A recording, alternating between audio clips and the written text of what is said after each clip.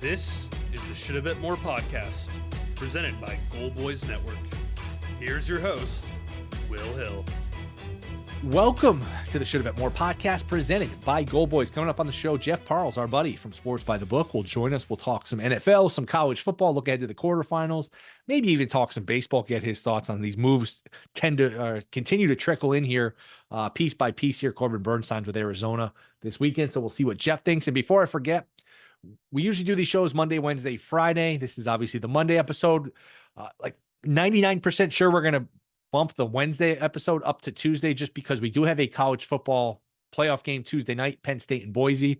Then the 3 games Wednesday. We just want to give time to, first of all, with the new year, that's a factor, but we want to have some time for these podcasts to just not age, give you some time to listen to the previews, break down all 4 games. So look for an episode on Tuesday. That is the plan as of now. And I think that's we're looking pretty good to have a Tuesday show instead of a Wednesday show.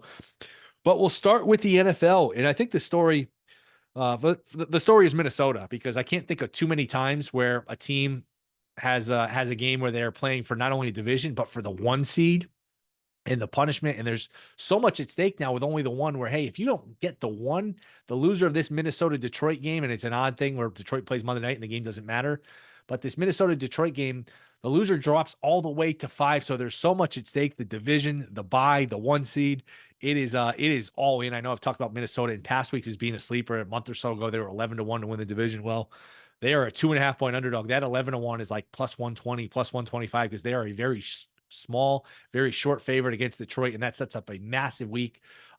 Green Bay just never beats these big teams. I know, and it was amazing how similar this was to the first matchup between Minnesota and Green Bay, where Minnesota's up 28-0 at halftime in the first meeting.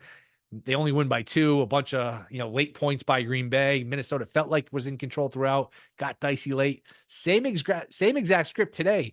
Minnesota's up 17. They've got the ball. They're about to just, you're wondering if Love's even going to stay in the game. Darnold throws an interception, sets up a touchdown. Minnesota answers, but then Green Bay comes back, and it ends up being a competitive game where Minnesota needs a couple of first downs, not just 1, 2 first downs to ice the game. They get them. They run some play action. Give them credit. They didn't just run the ball 3 times and punt, because if they gave the ball back, they were probably going to lose. So it is amazing how much Green Bay just gets, the benefit of the doubt. For a team that hasn't won, Love gets the benefit of the doubt. Green Bay gets the benefit of the doubt. The fact that Green Bay was favored this week was shocking.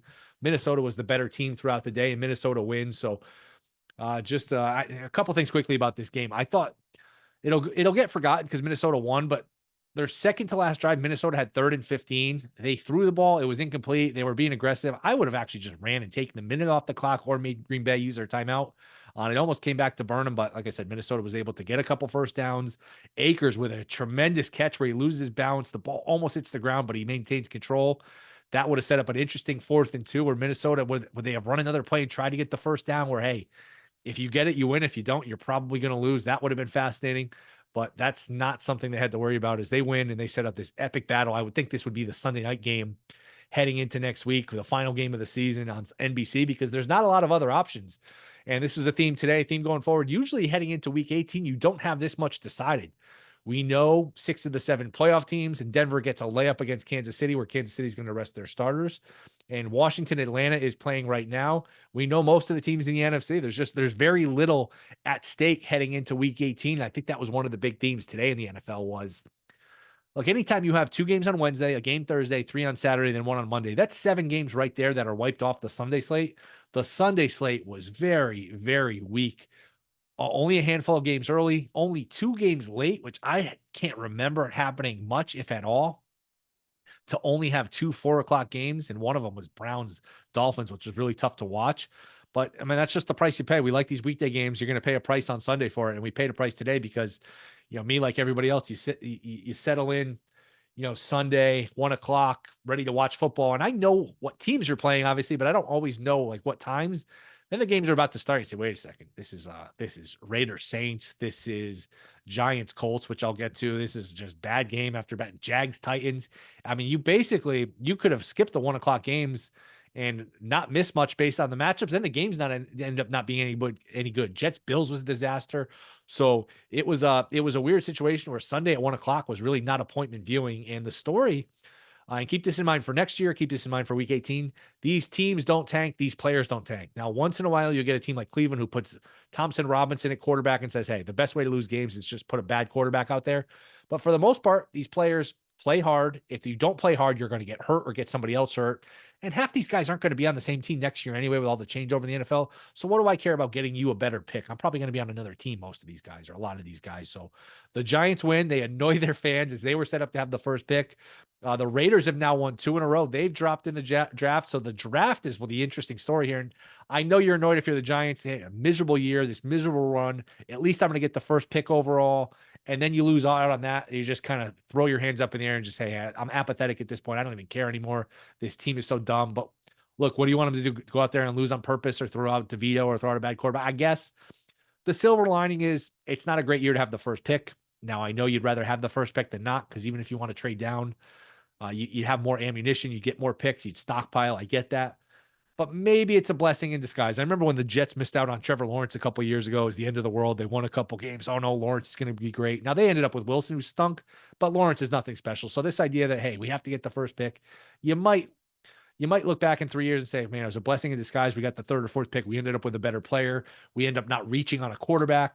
And maybe you don't want the circus that is Shedeur Sanders or Hunter or these Dion guys. Maybe you want some, maybe you end up with the better player. So I know it's you'd rather have the first pick than not, but it's not a guarantee you were getting a good player. Maybe you would have reached on a quarterback that's not worth the pick at 1 overall and just felt the pressure to pick a quarterback. So maybe this ends up being a blessing in disguise. I know it's very little solace right now. It's very little consolation. You're frustrated if you're a Giant fan. And if you're that was a weird game between the Giants and the Colts, a rare situation where both teams' fans are equally annoyed. If you're the Giants, how can we screw this up? How can we blow our pick? And if you're the Colts, you say, we had a chance to maybe get in the playoffs. It was a long shot anyway. How the hell do we lose and give up 42 points to the Giants? If you give up 42 points to the Giants, that's one of those games where, hey, everybody in the organization, I know Steichen had a good year last year as a first-year coach. That's one where everybody's on the chopping block. You might want to just clean house and start new. You might just, man, that's one where you have to look in the mirror and wonder what the hell you're doing as a franchise if you give up 42 points to the Giants. So New England now in line to pick first overall. They play Buffalo next week, but they host Buffalo, and Buffalo doesn't need the game. Buffalo's locked into the 2. So it's not impossible New England wins next week. So maybe these musical chairs continue to get jumbled here. Just that has been an interesting subplot as the games themselves in terms of the playoffs. There hasn't been that much. Obviously, Minnesota Green Bay was huge. We keep an eye on the NFC South. That game is happening now. By the time we talk to Jeff, that game will be finished, so we can have an idea what's going on there. But for the most part, we know more than we usually know heading into Week 18. Usually Week 18 is filled with drama, a million scenarios. That's not going to be the case this year. It's pretty straightforward. You only have a handful of games that are going to matter. So it's not going to be the usual Week 18 with just scoreboard watching a bunch of games, trying to figure out a bunch of scenarios. We're going to have a bunch locked in, and they have these 2 Saturday games, and they usually try to throw you something on Saturday that matters, but something that's not going to change Sunday where, hey, if they win, they clinch and that eliminates other teams. They want to have as many meaningful games Sunday as possible. That's going to be hard to balance both those, where they throw you a meaningful game on Saturday, but save something for Sunday. There's just not enough meaningful games to go around this weekend, and they're going to throw you 2 Saturday games this week. I'd be curious to see, and we'll find out pretty soon here what those games are. They like to have teams that are in the mix, but again, they don't want to give you too good of a game because that could dry up the scenarios and have a dead Sunday. They don't want that. So we'll see. Monday night game here, Detroit, San Francisco. I'd only look to San Francisco. I know Detroit will probably be motivated just because that's their mentality. Tune-up game. San Francisco, this is where they lost the NFC Championship game last year. It'd only be San Francisco for me. I guess I would take the 3.5 here just because I don't know what Detroit's motivation is, but not a game I'm really willing to bet. We'll see what Jeff Parles thinks coming up here in a bit. But yeah, it's just an interesting year where much more is decided than usual. Usually Week 18 is so great because there's so many moving parts, so many different scenarios, so many meaningful games, and that's just not going to be the case. It's a little more straightforward. Denver's probably going to beat Kansas City to a pulp. Kansas City's not going to play their guys, and I feel like, and this is just from memory, teams that are out of it play better spoiler than teams that are going to the playoffs and rest their guys. Like if you played in Arizona or if you played, one of these teams that isn't in the playoffs, they might take some pride, some solace in, hey, I can be a spoiler. I'm not going to the playoffs. I'm taking you with me. I'm going to ruin your season. When you get a team like Kansas City that's already in the playoffs, and again, this is just from memory, from what I can recall, it's more, hey, let's just get out of here. Let's not get hurt, play our backups, and you know what, you can beat us all you want. I'm sure Kansas City, they're not too scared of the idea that Denver's in the playoffs. Whereas if they lose and, somehow Cincinnati got in, they probably wouldn't love that. If they gave them their choice, hey, who would you rather have in, Denver or Cincy? Probably be Denver. So they're just not going to show a lot of fight. I would expect Denver to roll in that game. And that was really, it's funny. I've said this about Bengals games 3 different times where I've come in here and say that was the game of the year. I remember the Bengals Ravens game 5 or 6 weeks ago, early November, where that Thursday night game decided by a 2-point conversion back and forth. I was like, man, that was the game of the year. Offense, lead changes, just a lot of fun. And then they played a game against the Chargers that was just as good. That the game Saturday against the Broncos might have topped all of it. That was an incredible game. Zach Taylor not taking a knee, could have just run out the clock and kicked the field goal. He tries to run it, but not score. And the guy gets hurt, sliding down at the 1, which gives Denver a timeout back and puts a minute back on the clock, forces Cincinnati to say, hey, do I leave Denver 45 seconds and I'm up 3, or do I score a touchdown and give them a minute 45? Game goes to overtime since he misses a kick, but they get it back. Denver could have clinched a playoff spot with a tie. It was just a fascinating sequence. It was a great game. It was a really great game. Terrible coaching by Cincy. And they're probably going to miss the playoffs by a half a game here. They're going to have nobody to blame but themselves, but just a wild game, man. Cincy plays some incredible football games. So that was the game of the weekend, as the Christmas games stunk. Chicago Thursday night was a disaster. How Caleb Williams did that with the clock again, I have no idea. And then the Sunday games outside of Minnesota, Green Bay, which got good late, the Sunday games were not very good. So we'll see here. I think we're going to get a good playoff, though, because if you just fast forward to a few weeks from now and you get the division round of Bills-Ravens is the 2-3, and the Ravens are going to kill the Browns this week. If the Browns play DTR, I think that line's 17. I think the Ravens are good for it. Ravens are going to beat them by 30 points if they play that quarterback, which I would imagine they would. Ravens-Bills in the 2-3 with Buffalo hosting, Lamar versus Allen, all the MVP stuff. And then Pittsburgh versus the winner of Kansas City versus the winner of Pittsburgh-Houston. And that's a major advantage for Kansas City. First of all, that's the weaker opponent. You don't have to let Buffalo and Baltimore battle it out. You get a bye if you're Kansas City. So Kansas City's pretty well set up. But if you get a division round of, let's say it's Chiefs Steelers, and then let's say it's Bills versus Ravens. And then in the NFC side, some combination of Vikings, Lions, Packers, and Eagles. I mean, that's a hell of an Elite Eight. You only have whoever wins the Houston-Pittsburgh game is kind of a dead team. But other than that, you got 7 really, really good teams. And maybe I'm guilty of including Green Bay in that mix too, because maybe Green Bay hasn't earned the right to be on that level. Like I mentioned earlier, they get a lot of benefit of the doubt where, they just, every time they step up, they got swept by the Lions. They got swept by the Vikings. They lost to the Eagles. Like they never beat these good teams, but people kind of, assume they're one of these really good teams. They beat up on the bad teams. It's almost like Miami or Dallas last year. They just beat up on the bad teams, but never beat anybody that's really good. So a lot to do. We'll see what Jeff Parles thinks about everything that is next. This Shoulda Bet More podcast. All right, we are back. Shoulda Bet More podcast, and the Sunday night game has gone final. It is Washington advancing to the playoffs, winning by a touchdown in overtime. Overtime is where these underdogs go to die for the second straight day. Terrible coaching. Raheem Morris and the Falcons botching the clock cost them a chance to go to the playoffs. If they just get a couple yards deeper, they're probably going to kick the field goal at the end of regulation, go to the playoffs, win the division, host a game. Now they're likely done. Just a wild game. To discuss that and a lot more, it is our buddy from Sports by the Book. It is Jeff Parles. Jeff, what do you make of what you just saw? My goodness. I mean, kind of came out of nowhere too, right? Like, Washington did basically nothing in that first half, and then they can't get stopped. And then first off, it's so funny because Raheem screwed up the end of the first half. They still had 2 timeouts remaining at the end of the first half, and he let clock run at the end of the first half.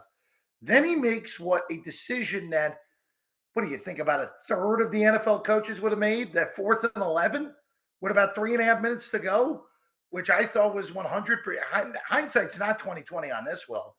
100% the right move to go for it on 4th and 11 in that spot. You weren't getting the ball back again if you punt it back to Washington in that spot down to touchdown. And then credit to Penix getting them down the field. And it was pretty funny. I did laugh pretty hard when I saw those Pitts that made that touchdown catch, which is a great catch. It's the best play he's basically made in the NFL in a big spot. And then you get this stop. It's like, oh my goodness, Atlanta really going to win this game in regulation after everything that's happened here? And of course that happens. And then they never touch the ball in overtime. But, in the end here for the Falcons, the playoffs are better off if Tampa's in. They're a better team. They're more likely. I mean, look, a Tampa Green Bay. Well, actually, with that win tonight, Washington moves ahead of Green Bay. So the Packers all of a sudden are looking at a date with Philadelphia in the 2-7 now, which is just a brutal draw of it for Green Bay. But look, and a brutal draw for Philly. Yeah, well, you can look at it both ways, because I think a third time with Philly against Washington would be a definite win for the Eagles. But boy, that game will carry it a lot. Tampa's going to annihilate New Orleans next week. The Falcons are done. The Seahawks are done. The Rams. That's the other thing. The Rams clinched the West because of that now too. I mean, the Rams, who were dead after 5 games with no offensive line, with no skill position players other than Kyron Williams, and here they are yet again. And just credit to Sean McVay and Matthew Stafford. Will, it's very funny in this year in the NFL, where you have so many teams that just stink out loud that you kind of forget that these teams that are in the 6 and the 5, and in the NFC's case the 7 hole. You got a bunch of really good teams that are in the playoffs. You only, realistically speaking, if the Broncos make it on the AFC side, of the 12 teams, you really only got 2 total dogs in this field, which is a lot better than usual in the NFL. Yeah, and man, I think one of the things I was talking about my open, this is for heading into week 18. I always love week 18, all of the scenarios, all of the drama. We really don't have a ton of that as they just announced the schedule. We're going to get the 2 AFC North games on a Saturday. I was curious what they were going to do. So we get Ravens going with a chance to clinch the division. They're going to be about a 3 touchdown favorite by the time that game kicks against the Browns and DTR, who's just atrocious. And then Saturday night, that's the 4:00 game. Saturday night, we're going to get Steelers and the Bengals with, if a miracle happens and the Ravens win, Steelers are playing for the division. Either way, Bengals are playing to stay alive. So are you surprised they went that way with the Saturday games? And do you agree that usually we have more at stake week 18, where we're going to sit there Sunday at 1:00 next week, and a lot of this stuff is going to be decided? Yeah, I mean, it kind of got super hosed by the fact that the NFC West wasn't on the line, right? I mean, they would have been. I had no problem with Baltimore and Cleveland being that first game. It makes sense. They continuously put Kansas City in that slot, right, Will? I mean, yes, that early slot, the Chiefs, 1 year was to win the division, 1 year was to win the 1 seed. Like, they just continually have put Kansas City in that slot. I have no problem with Baltimore going there. You don't really have another game, in all honesty, after that. And you're not putting a game that's a 3. And I know the NFL, the league office doesn't care about the spread, but you can't justify putting a game with a 3 touchdown spread in a prime time. They're already ridiculous that it's in a single window spot. But if you put it on Saturday night, I mean, Jesus, everyone would tune out by the middle of the second quarter when it's 27-3 ball, or excuse me, Cleveland not scoring 3 points in the first half. Am I crazy? 27-0 at that point. But no, I have no problem with it. And look, there'll be a lot of people that are going to say, oh, Baltimore wins. Pittsburgh has nothing to play for. That's just not right. Because the Steelers, the difference between the 5 and the 6 seed this year in the AFC is at least for one round a huge deal, Will. If you get Houston, whether it's the Steelers or the Chargers, remember they're the same record. Steelers have the tiebreaker on the Chargers going into this week. If the Steelers lose, the Chargers are going to be gigantic favorites against the Raiders, who, by the way, great job by the Raiders, only losing 7 slots in the draft the last 2 weeks. Different discussion for, I would guess, a little bit later in the show here, Will. But the Steelers, if the Steelers got to end up tied with the Chargers, because the Steelers, as bad as it's gone the last few weeks, they're still, a 3.5 point favorite, 3 point favorite at Houston? I mean, same deal for the Chargers. Like, the Chargers are favored in Houston. And then if you're the 6, you go to Baltimore and Pittsburgh, and both of those teams are touchdown underdogs in that game. So I mean, it's a huge difference. It's the difference between winning a playoff game and at least getting a crack at Kansas City, where, again, I don't think either of those, I don't think the Steelers can go to Kansas City and win. The Chargers, third time, played them close twice, well-coached team. Got a quarterback. That's not, I don't think that's the matchup Kansas City really wants to see, especially off the 25-day gap, which is what's going to be for their starters. So, I mean, look, it probably amounts to nothing, like, for who makes the Super Bowl, but you never know. If the Chargers get the 5 seed, I wouldn't put it past them for pulling a stunner at Arrowhead. I don't think they would, but they have a hell of a better chance than Pittsburgh or Houston does. Yeah, I was thinking what Pittsburgh Houston would be round 1. I don't think you can get to 3 either way. I have no idea who would be favored. They both. Pittsburgh's got to be favored in that game. It's almost like they're the only. They're each the only team the other one could beat in this field, because I wouldn't pick them against pretty much anyone else outside of maybe Denver. Houston is home. I would pick Pittsburgh against Denver. I don't know what I do with Houston, because Houston is such a mess. Disaster. I mean, the offensive line's a disaster. Stroud's regressed. I think DeMeco Ryans is a bad in-game coach. Terrible. What he did on Christmas, going for it, 4th and go from the 4, fine, but then you're punting 4th and 2 from the plus 42. What are you doing? I actually had no problem with going for it on 4th and go. Me neither. But then punting from 4th and 2. You're not staying in that game without a touchdown in that spot. And then follow it up with the punt is just ridiculous. And Slowlik's been pretty well exposed. And knowing people who've been around that team, it's not a shock that that's happened. Well, I'll save my Bryce Young take for a different time, Will. But we're not the conversations we were having at the end of last year with Stroud and Young. Those conversations are going to look pretty crazy in about 3 years from now, I think, if this continues the same way for Houston, if they don't get their act together. But I would make Pittsburgh 3 personally in that game against Houston, even with how bad the Steelers have been over the last few weeks. And I think Pittsburgh's going to lose to Cincinnati, for what it's worth, Will. I do think the Bengals are going to win that game and at least keep themselves alive until the Jets eventually lose to Miami on Sunday. Yeah, I just think at 3 you would get so much sharp money on Houston just taking the home dog. You know what? I know it's a home dog in the playoffs, but with the way Houston has looked, I get it. I get it. Go ahead. And it'd be perfect. It'd be perfect Tomlin Steeler luck box to play the one team they can actually beat and find their way into the second round. Then everyone gives them the golf clap. What happened on Christmas would happen again. I agree. It's a horrible matchup for Pittsburgh. But they would almost save face if they were able to even win one playoff game, because they get so much credit for a team that hasn't won a playoff game in 8-9 years. They get so much credit as it is. If they ever won a playoff game, it would be like, oh man, we'd be writing poems about Tomlin. It's just crazy what the credit Tomlin gets. Look, I'm not as low on Tomlin as you are. It's very hard in this league to be consistent at this point, especially without elite talent. I think they have a talent issue more so than anything. I don't think they're overly talented. That's, I think, been their problem since, look, the going back in the time machine. The loss to the Jacksonville Jaguars in the divisional round with the Killer Bees, the Bortles giving up 40. Or losing to Tebow. Well, the Tebow one, I think, was that I'm willing to give them a break. I think that was an utter fluke game. The Jaguar game was not a fluke. The Jaguars were better than them the whole game and scored 45 points.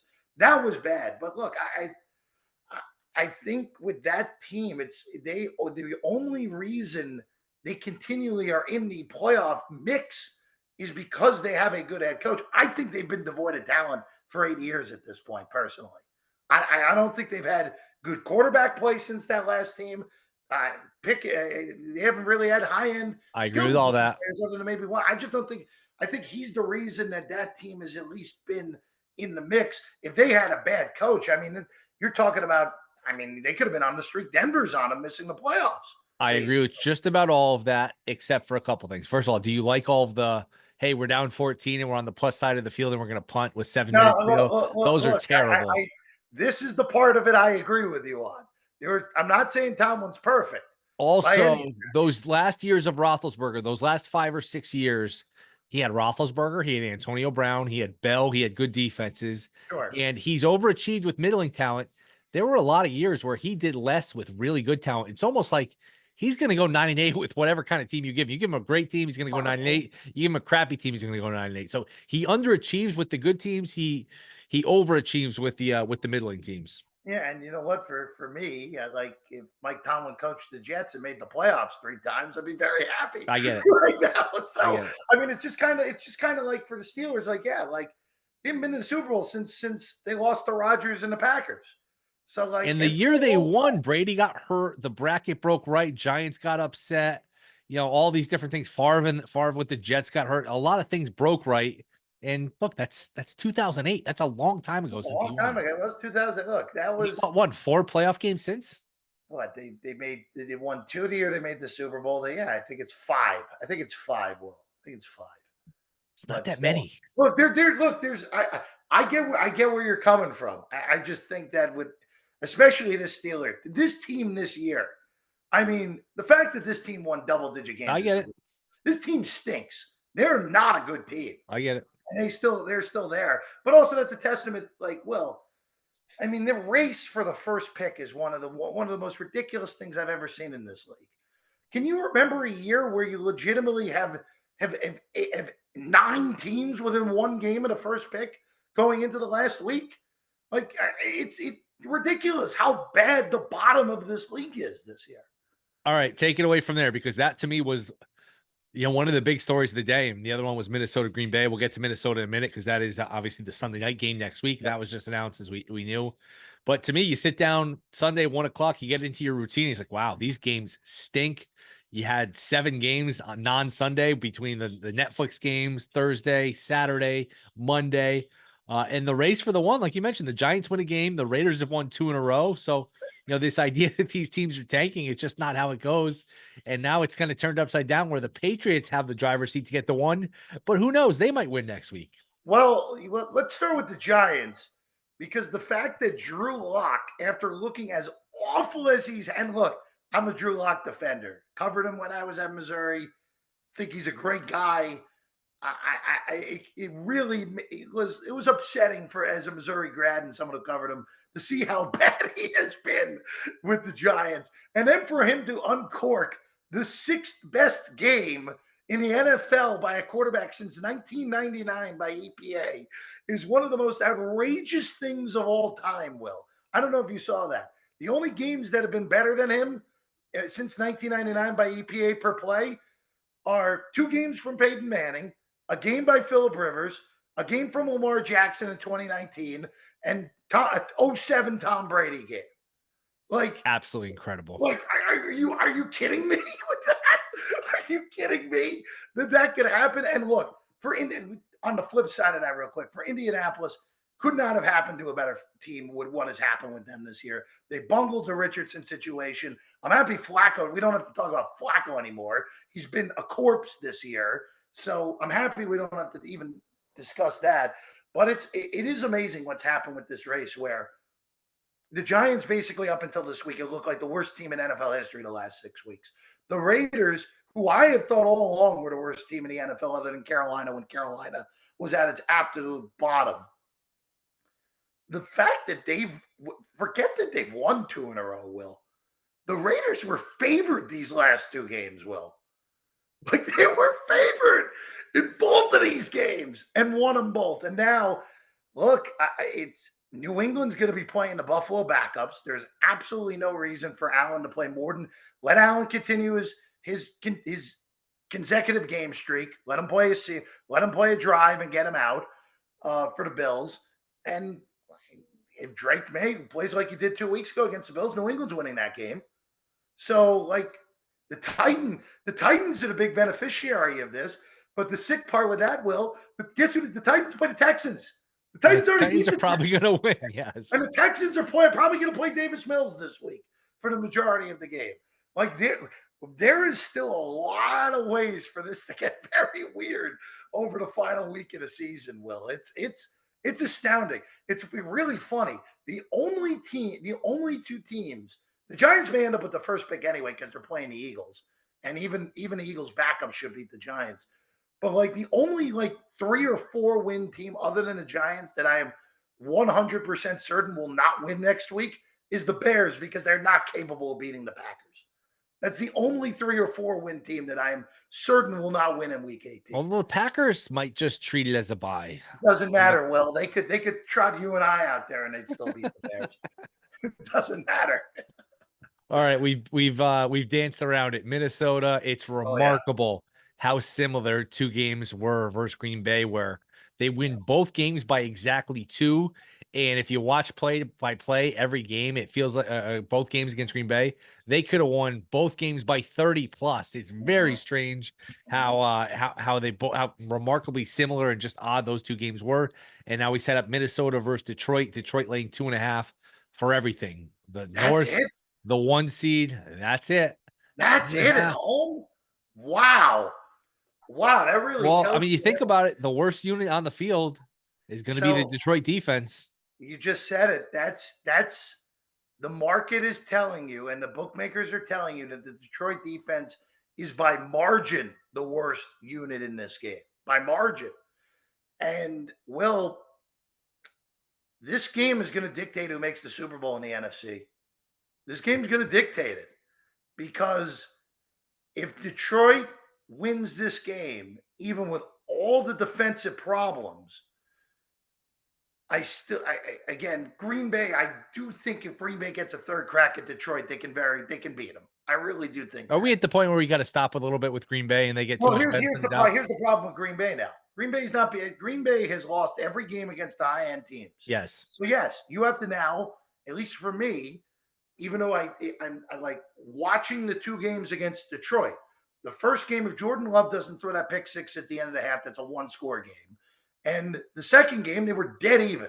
The second game was a dead even game that Campbell made. Last team with the ball. Yeah, yes, exactly. Campbell made the correct decision knowing that if I give the ball back to him, I'm going to lose the game or at best be in overtime, and correctly went for it and got it. In all honesty, it was a pretty luck box play. In all honesty, Will, because if anyone breaks through initially, Goff might not even get the handoff off. But I've been trying to go against Minnesota now for 6 weeks. It's worked on the spread in some games. It's not worked at all on the money line.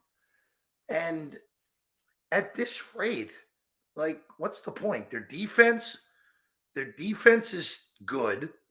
Darnold, let's put it this way. If Patrick Mahomes' numbers this year were what Darnold has, Patrick Mahomes is winning MVP unanimously, despite what Josh Allen and Lamar Jackson are doing. And Darnold has no chance of winning the MVP because he's Sam Darnold. Kevin O'Connell, in a year that has so many great Coach of the Year candidates, Kevin O'Connell should be unanimous. Like, that's how a high level of a job KOC has done in this. I still like Detroit short of 3, but boy, I'm not sure how they're going to get stops. Like, I feel like the Lions are going to have to score in every possession they have the ball for the most part because just their defense is so battered, and Minnesota's offense has just been unbelievable this year. And look, for Detroit to make the Super Bowl, they need to have home field. They need that bye week because they at least need some guys to be able to come back if they are even capable of coming back. They need to recharge the batteries that wild card weekend. They need a recharge weekend. Correct. If they don't get the bye, geez, look, Tampa beat them already this year. If that's the matchup, that's no gimme right out of the chute. And then you have to go possibly, if you're Detroit, you possibly have to go on the road to Tampa, which is no gimme, at the Vikings again, which first time was game decided on a kick at the end of the game. And then you have to go to Philadelphia to beat the Vikings. They're not doing that with this defense. They're not doing that. And for Minnesota, again, if it's Minnesota-Philly in the NFC title game, I still would lean Philly because I just in the end trust Hurts more in a big game than I trust Darnold still. But boy, if you're going to have a shot to stun everyone and get to the Super Bowl and possibly win it, you get those games in that building, which has already proven in a small sample size of big games in that building, that unless if you're Daniel Jones, it is a very hard place to go in there and win in a big game, man, that's tough to overcome for everyone. Again, if Minnesota wins, you know what? Actually, doesn't matter. I still think Philly is the favorite to win the NFC. For me, I still think they're the most well-rounded team. If Hurts is out there, they're the best team. Again, they have a handicap in their coach, in Sirianni, who I still don't trust. And but possibly a tough round one game. And look, if they have to play if Philly's got to play Green Bay, which sure as hell looks like is going to be the matchup at this point in a 2-7, that is a brutal matchup. Because even though we love this Commander team, a third crack at Washington for Philadelphia would have been a great draw for them. Because if Hurts doesn't get concussed, they were on their way to scoring 45 points in that game against Washington last week. So, boy, Will, it's really is fascinating what has happened in the NFC. And it's funny because I think there is a legitimate argument. And again, I think it's a weaker argument for the Rams or the Commanders or the Bucks or even the Packers at this point.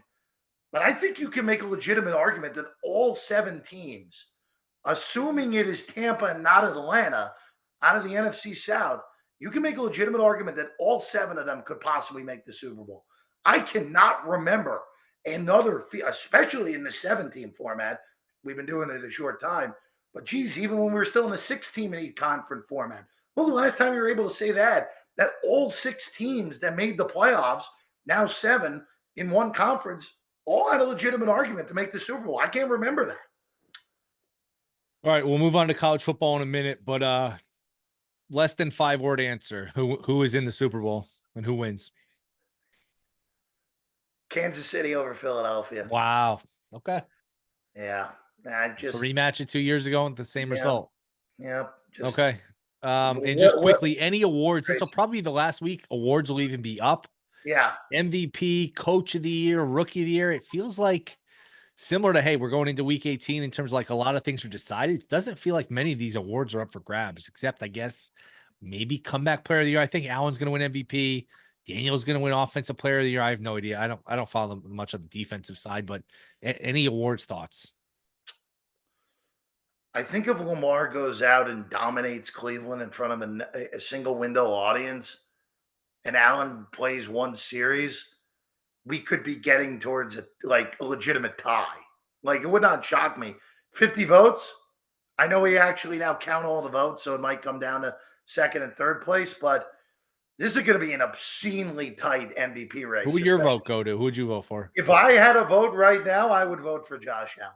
Me too. But it is really close. And for me to say I'd vote for Josh Allen just shows how good he's been this year. But it's so close. Daniels is winning offensive rookie. Barkley's winning offensive player. Kevin O'Connell's winning coach. What are they doing for a comeback?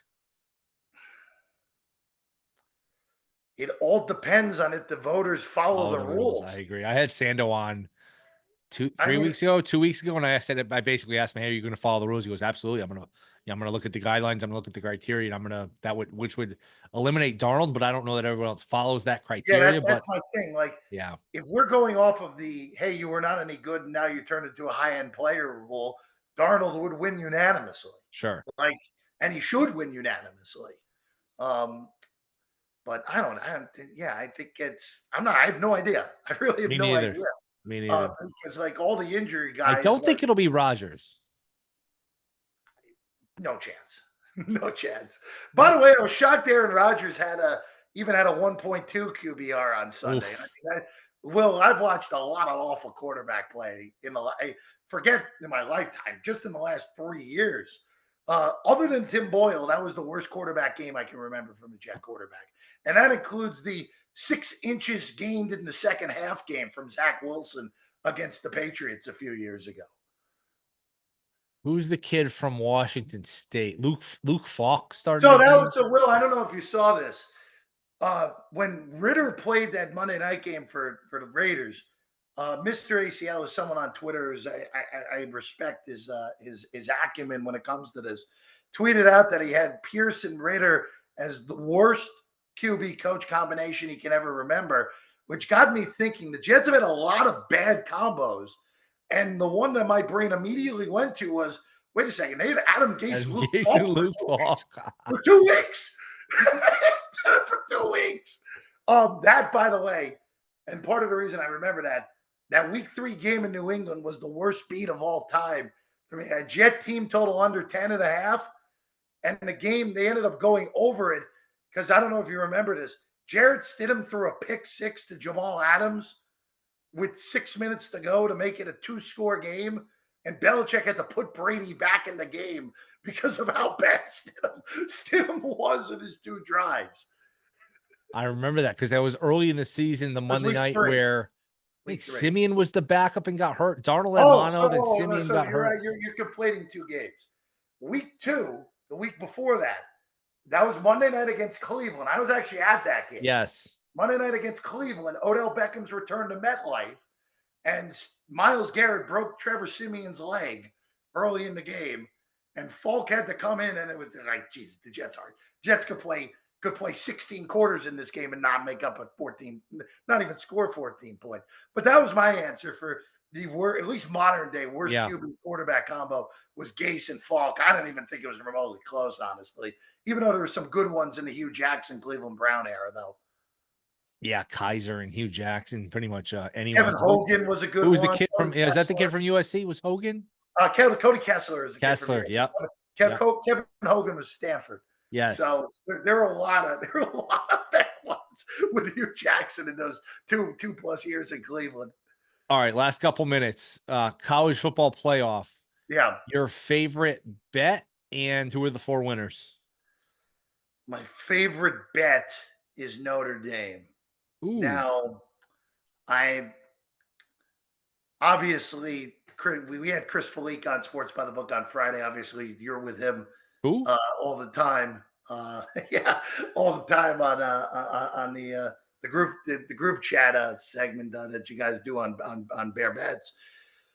And he basically gave the explanation on why he likes Georgia, and I understand it. Where you have 2 very similar teams with the way they're constructed offensively, especially now with Gunnar Stockton, where it's a quarterback with good running ability, and Georgia has more talent. Like, I understand that, but this is a hell of a spot for Gunnar Stockton, right? Like, first career start is in the Sugar Bowl in the college football playoff, where if we get something real wacky in Atlanta earlier in the day, the final SEC team left will be the Georgia Bulldogs. Like, boy, and you're going up against Notre Dame, who, I'm just throwing a Northern Illinois game out. That was a fluke. Like, that was just an utter fluky result. That can happen in sports. I know Northern Illinois deserved it. It was a low-scoring game. Like, I get it. But when this is all said and done, I think this Notre Dame defense is what wins the day here, Will. This is a different level of speed that Notre Dame has had in a very long time. So my favorite bet is the Irish. Took them plus money to beat Georgia. I have them advancing, obviously. I have them playing Penn State. I think Boise covers, but I really feels like if they have any shot of winning, Gentry's got to have like a 180-plus yard game. And I just don't know if he's capable of that against that defense. Or more, that offensive line is capable of blocking that defense to give Gentry that sort of chance. Texas will beat Arizona State. I just think it's a brutal matchup for ASU. Just the one team that they will not be able to block well is Texas because of that monster D-line. Horns win. And then the Rose Bowl, I'm picking Oregon, but I have no confidence in that. I think it's pretty clear these are the 2 best teams in the country, and they're playing in the quarterfinals. So I think when it's all said and done, the only reason I lean to Oregon, I trust Dylan Gabriel more than I trust Will Howard. That's all it comes down to. So I lean to Oregon, but if you told me Ohio State won, I'd be like, all right, well, they're the second. Oregon's the best team in the country. Ohio State's the second best team in the country. It should be a coin flip game. All right, last couple minutes, baseball. Last time we talked, Fried had just signed with the Yankees. I actually think it's been a nice little recovery. I'm not ready to go as far as say it. Oh, they're better than last year. I think that's a stretch. But Bellinger, Goldschmidt, a pretty stacked bullpen, assuming, hey, that home run David Williams gave up to Alonso's not going to linger with him. It's a different team. I don't know if it's a better team, but it's a really good team. So thoughts on the Yankees, thoughts on the Mets, and just anything else in the last couple minutes here. Burns signs with the Diamondbacks. Whatever direction you want to go. I'll start with the Yankees. The Yankees, even with losing Soto, they're not better than they were last year, but they're going to win more games this year than they did last year. Will they're going to win more games because the American League around them is horrendous. I mean, just look at the rest of the league at this point. Who's the second best team? Who is it at this point? The Orioles lost their only good top line starter and win a playoff series. Win a playoff game first, guys, with this group. Win a playoff game before I can take you seriously. If we're staying in the East, the Blue Jays are going to end up trading all their guys at the deadline. The Red Sox have made a few reasonable moves, but the Red Sox are probably no more than like an 85 win team, right? Like I'd like them at plus money to make the playoffs. They might just make the playoffs because of how weak the American League is. Tampa's roster is as bad as I can remember for this new, hey, we're like Moneyballish Ray team. The American League Central is beyond a joke at this point. I think all those teams that were in the playoffs last year regress. I think Detroit was a luck box down the stretch. I know they played unbelievable baseball. They're not going to do that again. The Guardians are worse. The Royals did not. The Royals, I'm really disappointed in because I thought after last year where they spent money to make the playoffs, I thought they were going to do it again this year, and their only acquisition has been Jonathan India.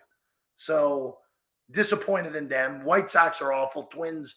Okay, yeah, Twins are going to win a playoff game. Yeah, let's be real. And in the American League West, I mean, the Astros are considerably worse. The Mariners that's an ownership group that's a joke. The Rangers, again, they won their title. They're content. Hopefully the guys they paid big money for will be healthy again. And then the A's and the Angels are no threats. I think I mentioned a half of a good team after the Yankees. So the Yankees are going to win 100 games next year. Will that be enough to beat whoever comes out of the NL? Probably not. But at least they give themselves an opportunity. If they win 100 games in the regular season, they might get home field in the World Series if they get there again. So nice recovery. I think they're good. I don't think they're a great team. NL side of things, I'll tell you this. I was surprised to hear the Mets were in on Teoscar Hernandez. That would have been a really good pickup, actually, if the Mets had done that. You could have DH'd him. You could have played him in left field. I don't think he's a horrible outfielder like some do, but it made sense. Dodgers had an extra year, running back, no problem. I get it. But Will, I tweeted this the other day, and I think I texted you this. 7 of the 8 best teams in baseball are in the National League now.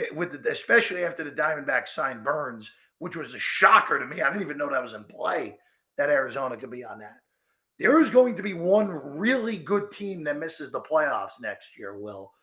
And if you made me bet it right now, I would say it's the Philadelphia Phillies.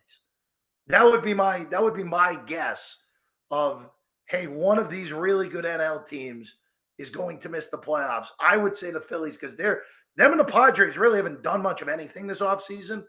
We kind of knew that was going to happen with San Diego, just obviously with the previous owner dying in the last offseason. They're looking to cut money now. I get it. But what the hell of the Phillies? What are the Phillies doing? What are they doing? I just don't get what they attempted to do to in on no one of note here. And in that NL East where, boy, we talked about it last time too, the Nats are not a pushover anymore. They're not going to be able to rattle off 12 out of 15 like they've been able to do over the last few years against Washington. The Mets are better. The Braves are going to be significantly better because they're just going to get healthier. The Phillies, the Diamondbacks, and the Padres, one of those three is going to miss the playoffs, and it's going to be a nice, juicy price on one of those to miss it, Will. Jeff, appreciate it, man. Thanks for staying up late. NFL, college football, it's a good time of the year. You got anything? It's bowl game, Iowa, Missouri. You're Missouri Tigers tomorrow. We got like a minute left. If Mizzou loses to Iowa, we'd be very disappointed. Let's just go with that. The bowl games have actually been fun. I mean, they don't mean anything, but the entertainment value, some of the stuff these coaches do is just, man, you scratch So I know I texted you with you on this. The day after Christmas, oh god. when and I was on Toledo. Like I genuinely had Toledo plus the points, Toledo money line. So the result could not have been better for me. I was so mad at Narduzzi, who I despise to begin with, who I think is just on top of being an imbecile, is a jerk on top of it. The decision to kick the field goal from the 1.5 yard line in order to get into the 2-point conversion shootout where you're going continuously Unbelievable. from the 30-yard line is one of the most minus EV plays in the history of football. It was unbelievable, Will. And yeah, no, look, it's college football. You get a lot of weird stuff from these coaches, but that was truly remarkable by Narduzzi. Jeff, Sports by the Book. Appreciate the time, man. We'll do it again soon. Thanks for the time. Of course, Will. All right, that'll do it. Thank you to Jeff Parles. Rate, review, subscribe. Again, look for a Tuesday show instead of a Wednesday show. Talk to you then.